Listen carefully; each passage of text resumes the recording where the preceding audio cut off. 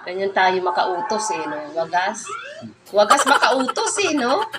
Ano sabi mo kanina? Wow! Hindi ganun sabi mo kanina eh.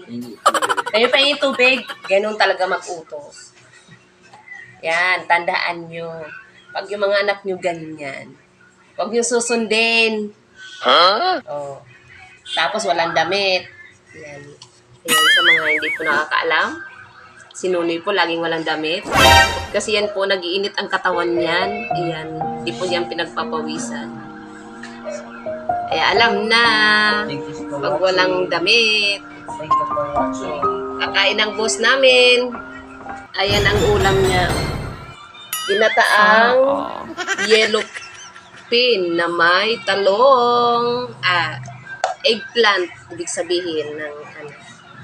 So, ayan, nakakain ng bossing namin. Inuutosan niya po ako kumuha ng tubig.